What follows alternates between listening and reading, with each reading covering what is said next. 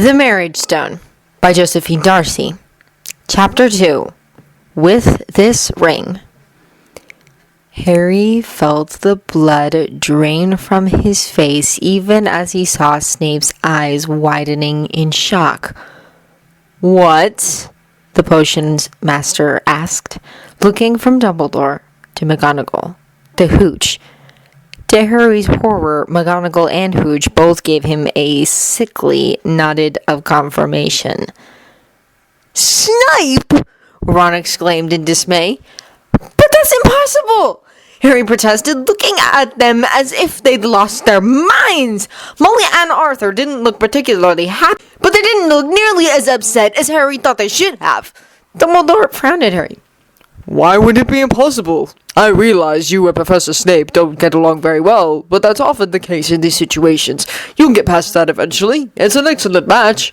You are both relatively equal in power and ability, or will be once you've finished your schooling, Harry. And until you do, Severus is certainly capable of protecting you from any threat, and you have more in common than you realize, and—" "But he's a man!" Harry interrupted, wondering if the headmaster had completely lost his mind. Dumbledore looked a bit baffled by his comment. Hermione leaned toward Harry. "That's a Muggle prejudice, Harry," she whispered to him. "It doesn't really translate in the wizarding world.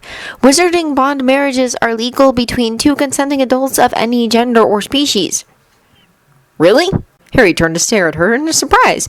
He never really thought about it on a personal level, had no deep prejudice himself against homosexuality, though he couldn't recall any situation where he could have formed an opinion one way or another.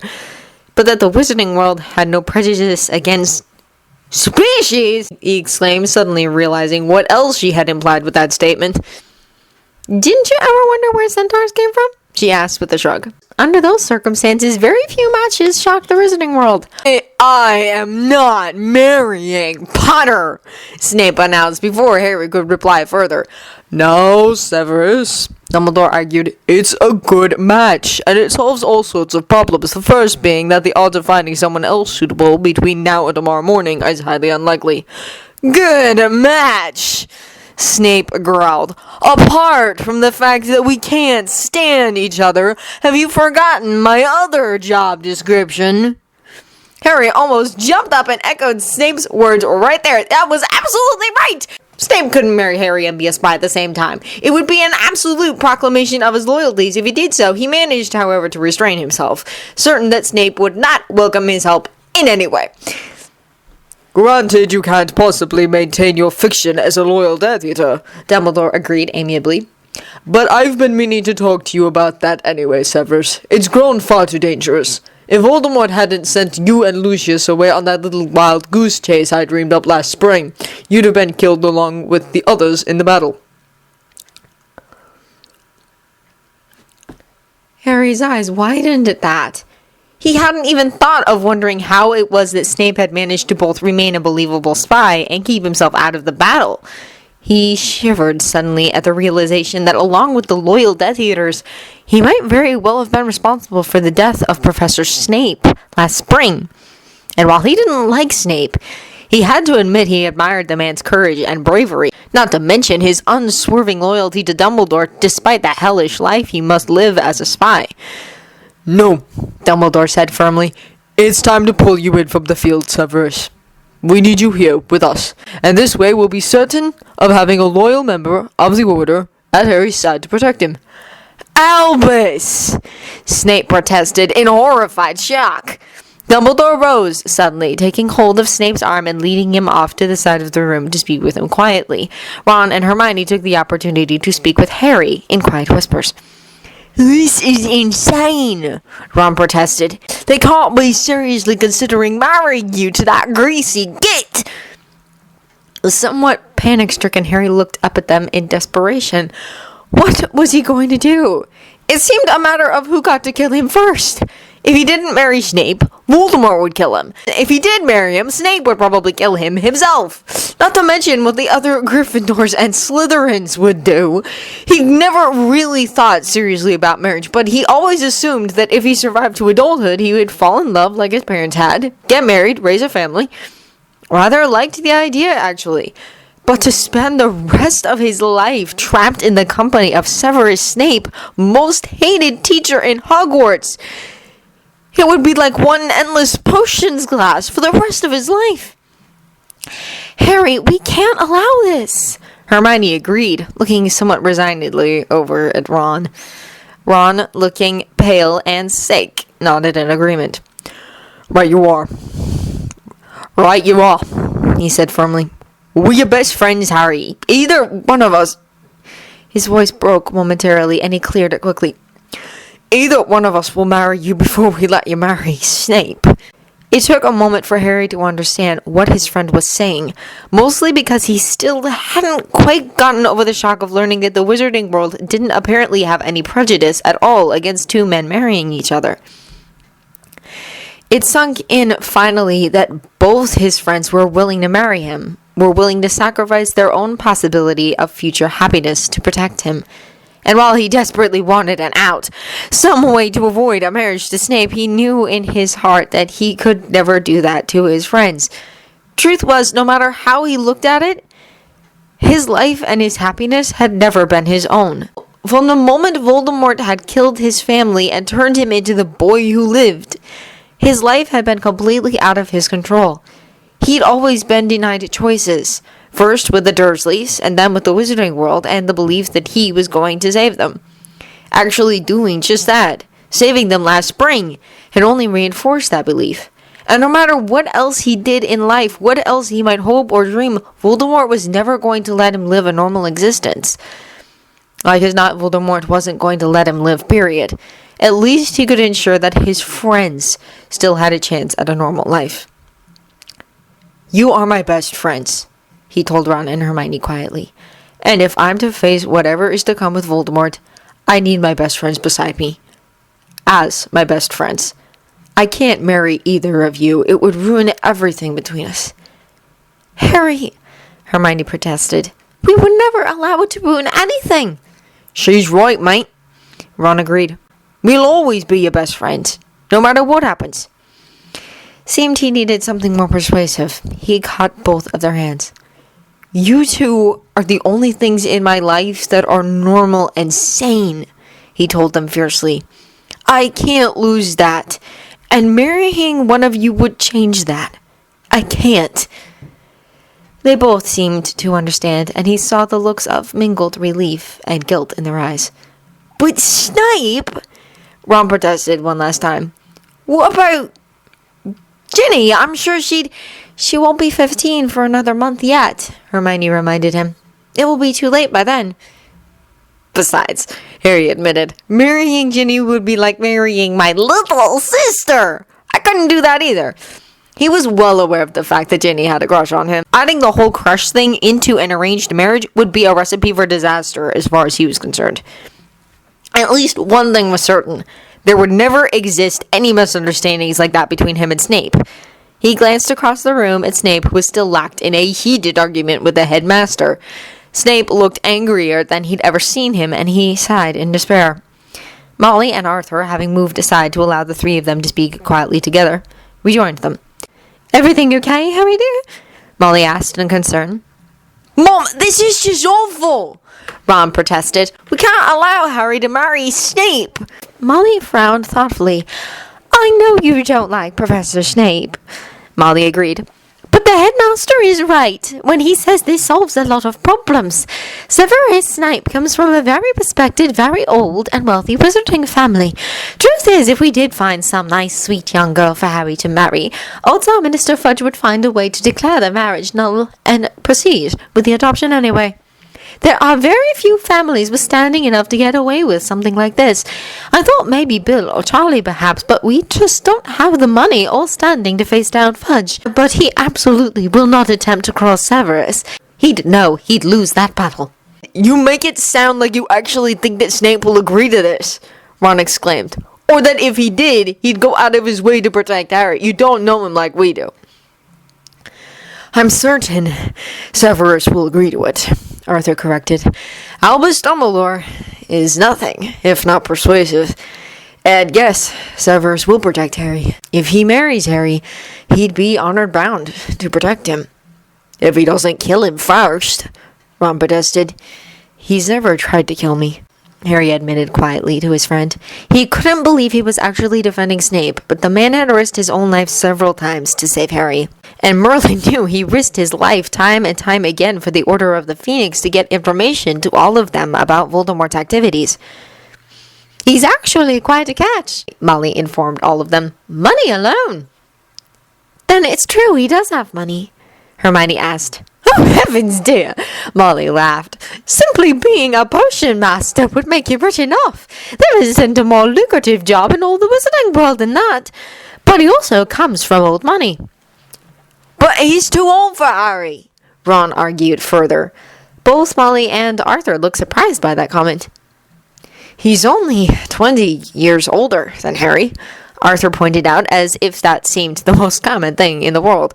Harry was beginning to suspect that once again there was something else about Wizarding Society he hadn't learned. That suspicion was only confirmed when Ron sighed and nodded in agreement. Once again, Muggle-born Hermione came to his rescue. Think about how long wizards live, she whispered quietly to him. Double, if not triple, the life expectancy of a Muggle. An age difference would have to be closer to 60 or 80 years before anyone would notice it. He nodded in sudden comprehension. I guess none of this matters anyway, Harry sighed. Doesn't really matter if I marry Snape, Filch, or McGonagall. I either have to get married, run for my life, or change my name to Fudge. And since two of those choices end with me being dead at the hands of Voldemort, I guess the other isn't that bad. His stomach twisted and protested at the very thought, however. He felt sick. Before anyone could offer further argument or consolation, the door opened and Percy re-entered, catching all their attention. Whatever you're going to do, you had best do it soon, he informed all of them. The final document was just filed at the Ministry. Fudge will be here within a half hour to take Harry away. Well, that's it then, Dumbledore proclaimed. No more arguments. We have no choice in the matter, and we don't have time to find a different solution. He looked rather pointedly at Snape at this. The potion master just glared and looked away. Harry took that to mean that Arthur was right and that Snape had indeed been persuaded. He felt momentarily faint. We had best get this over with then, Dumbledore continued. Percy will need your help with the documentation. Documentation? Percy asked in confusion. Harry and Snape are getting married, Ron informed his brother. Percy's eyes widened in shock, and he looked to his parents for confirmation. Can you get the paper filed tonight? Arthur asked his son. Percy spluttered for a moment and then seemed to catch himself. Of course, he nodded, though his eyes were still wide with disbelief. I can sneak it in with the rest of my paperwork before records close today. Well, then let's get to it, Dumbledore insisted. Harry, come here. Harry rose to his feet, surprised to find that his legs actually still supported him as he walked somewhat dazed toward the headmaster and Professor Snape. He caught the look McGonagall threw him, a mixture of pity and disbelief, as if she, too, could not believe that the hero of her house was going to have to marry the head of Slytherin. He couldn't begin to imagine what this was going to spell for the rest of the year, how this would affect his standing at the school. But considering if he didn't do this, in a half hour he'd be dragged out of this castle for good by Cornelius Fudge, he supposed there was no choice in the matter. He found himself standing in front of the headmaster beside a glaring Severus Snape. Clasp right hands together, Dumbledore told them both. Harry held out one shaking hand, unable to make himself take the initiative and actually take Snape's hand himself. Snape did it for him. Snape's hand was not shaking, and his grip was just a trifle too tight for Harry's peace of mind. His hand felt warm, and Harry found his face heating in embarrassment.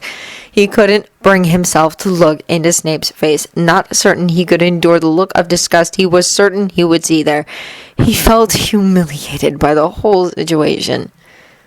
We'll keep this simple then, Dumbledore assured them all.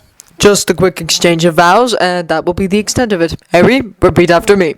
I, Harry James Potter, take you, Severus Alexander Snape, as my bondmate, joining body, name, house, and power to thine.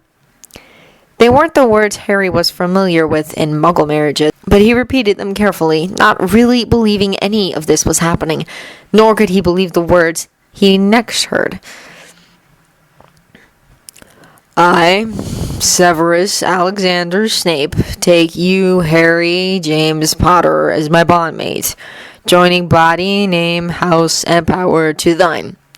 The melodious voice of the potion master was filled with the same snide, mocking tones he'd come to expect in the last 6 years. He still didn't dare look up. Excellent! Albus nodded, then held out his left hand, wand in his right. One quick tap of his wand, and 2 golden rings appeared in the palm of his hand. He handed one to each of them. Snape took the initiative in this, twisting Harry's right hand over and sliding one of the gold rings onto his 3rd finger. "With this ring I thee wed," he growled. The ring fit perfectly, no doubt a testament to Dumbledore's magic, but it felt strangely cold and heavy on his hand. He took the other ring and slid it onto Snape's finger, his own hands still shaking noticeably. "With this ring I thee wed," he muttered weakly, the knot in his stomach growing tighter. It suddenly occurred to Harry what typically followed the exchange of rings in most marriage ceremonies. "Then I pronounce you bonded," Albus declared. "You may..." Both Harry and Snape glared at him for all they were worth, silencing any suggestion that they kiss. "Ah, yes, of course." Dumbledore cleared his throat. "Right, then the documentation." He waved his wand again, producing a large scroll out of the air. "Standard bonding contract," he informed them, unrolling the scroll on a side table and producing a quill and bottle of ink. "If you would both sign it." Snape stepped forward and angrily scratched his name across the document, turning then to hand the quill to Harry. Harry momentarily caught the gaze of the potion master, nearly flinching under the anger he saw there. He took the quill, turning his attention back to the document, and signed away his life on the line next to Snape's signature. "Add Molly and Arthur, if you would both witness the document," Albus asked the 2 of them. The 2 Weasleys nodded and came forward to add their own signatures to the document. Harry risked a glance at his 2 friends. The looks of sympathy on both their faces nearly made Harry cry. Percy stood beside them, looking on, his own face set in a look of pure disbelief and amazement. "That's it then," Dumbledore announced. He rolled up the scroll, magically made a copy of it, then handed one of them over to Percy. "Good luck, my boy," he informed the young man. Percy nodded and headed back out the door. "Well, I suggest a celebration is in order," Dumbledore told the group, "while we wait for Minister Fudge to put in an appearance." Though it was quite obvious that no one was in any mood to celebrate. No one protested as the headmaster conjured up a bottle of champagne and a tray of sweets. Harry, leaving the champagne to the adults, took one of the chocolates from the tray and sat down on the far side of the room, trying to get his nerves under control. Ron and Hermione sat down beside him in silence. He was peripherally aware of Snape sitting down himself, as far from the 3 of them as possible, while the other 5 adults each drained a glass of champagne as if they needed the alcohol to get through the rest of the evening. They didn't have long to wait. Dobby entered a few moments later, announcing that Minister Fudge had arrived and wanted to speak with the headmaster and Harry Potter immediately. "Show him in here, Dobby," Dumbledore told the elf. The little elf nodded and disappeared. A few moments later, the door opened and Minister Fudge strode into the room, followed by 2 Aurors. Harry recognized them both. They had been assigned as Fudge's bodyguards when it became obvious that Voldemort had returned, finally. Fudge rarely went anywhere without them now. Their presence made Harry sick, with the realization that Fudge really did mean to drag him out of Hogwarts this very night. "Ah, Cornelius," Albus greeted with a bright smile. "So good to see you. We're having a bit of a celebration. Would you care for a glass of champagne?" Somewhat taken aback by the friendly greeting, Fudge's look of determination faltered briefly, then he shook his head. "No, I'm not interested in champagne." He waved a document in the air for all of them to see. "I'm here to take—" "But come, Cornelius," Dumbledore interrupted him, holding out a glass of champagne. "It's a marriage celebration." "Confound it all, Albus!" Fudge exclaimed. "I'm here on official business." He shoved the document to Dumbledore, who sighed and took it from him, looking briefly at the content on the page. "Yes, so I see." Dumbledore nodded in agreement, and Fudge looked momentarily triumphant. "You've adopted Harry," Dumbledore continued, "which would be all well and fine, I suppose, if it were legal." "I assure it is completely legal," Fudge informed him. And if he was surprised by Dumbledore's apparent lack of amazement at the revelation, he didn't let on. Well, yes, Dumbledore agreed again. If Harry were of proper legal status to acquire a guardian. But as he's now married, it's hardly an issue any longer.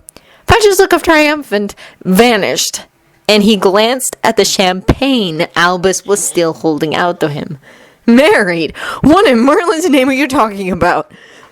Dumbledore smiled. Harry is married, he announced. We're celebrating the nuptials even now. He raised the champagne glass again. So, as good as your intentions are to rescue Harry from the dubious protections of his uncle, it's no longer necessary. Married? To whom? Fudge demanded, turning towards Harry, his gaze instantly falling on Hermione Granger, who was sitting beside Harry and holding his hand in her own. He advanced on the two of them. Miss Granger, I might have known. This matter will be taken care of immediately. You will both... To Harry's utter surprise, Snape was suddenly on his feet and across the room, standing between him and Fudge, before the minister could take another step towards them. He's married to me, Fudge, the potion master growled at the man. He held up his right hand, the golden ring flashing on his finger, and he is not going anywhere with you. Ever. Fudge actually took several steps back in shock, the two Aurors with him exchanging looks of wary surprise. Fudge looked towards Dumbledore for confirmation. The headmaster happily waved his own document at the minister. Would you like to see the marriage certificate? He asked brightly. Fudge took the certificate Dumbledore offered him, blanching as he read the signatures on it. You can't expect me to believe that this marriage is... He paused as if searching for an appropriate word. He glared at Snape. This marriage is valid! The sneer that Snape threw him reminded Harry of the look the professor got just before he took away a huge number of points from Gryffindor. Minister Fudge, apart from that fact that our private life is none of your business, you can't actually be suggesting that you think I wouldn't take advantage of every opportunity afforded to me. If he hadn't mentioned the bit about a private life, Harry suspected he might not have understood what Snape meant. As it was, not only did he figure it out, but so did Hermione and Ron, and all three of them turned bright red at the implication. Surely Snape wasn't suggesting... Actually, judging by the look of equal parts embarrassment and fury on Fudge's face, that was exactly what Snape was implying. Harry looked over at Dumbledore and McGonagall, but neither of them looked particularly worried by the idea. Molly and Arthur both looked embarrassed, but not worried, and Madame Hooch was actually doing her best to cover up a snicker of laughter. Fudge glared at Snape in disgust. No, I suppose that would be expecting too much of you, wouldn't it? He turned to glare at Dumbledore. I can't believe you would allow this, Dumbledore, to put Harry Potter into the hands of this man. Dumbledore just smiled happily at him. Why, Cornelius, I can't imagine what you are talking about. I'm so very happy for Harry and Severus. It's a wonderful match, don't you think? There were times when Harry believed that the headmaster was quite unhinged. How he could say the things he did with such a believable smile on his face was beyond Harry. He'd almost swear the man actually believed everything he said. Far from agreeing with Dumbledore, Fudge just snatched up his adoption papers and strode out of the room in anger, his two bodyguards following meekly along behind him. Well, that went well, didn't it? Dumbledore said brightly. Brilliantly played, Severus. For a brief moment, Snape almost looked pleased by Dumbledore's comment. Then he caught sight of Harry staring at him in disbelief, and a sneer of disgust returned with a vengeance. What happens next, sir? Harry asked Dumbledore. Do you think he'll try something else like that? Dumbledore just shook his head.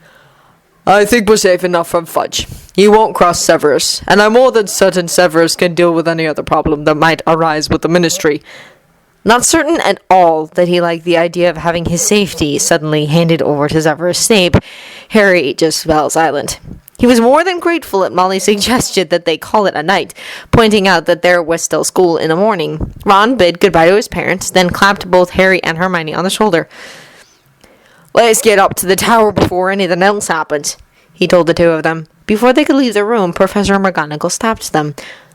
I'm sorry, Harry, she said quietly. You'll be moving immediately into the dungeons with Severus. I'll have the elves send your belongings down." Harry, struck, speechless, could only stare at her. Ron, however, became quite vocal.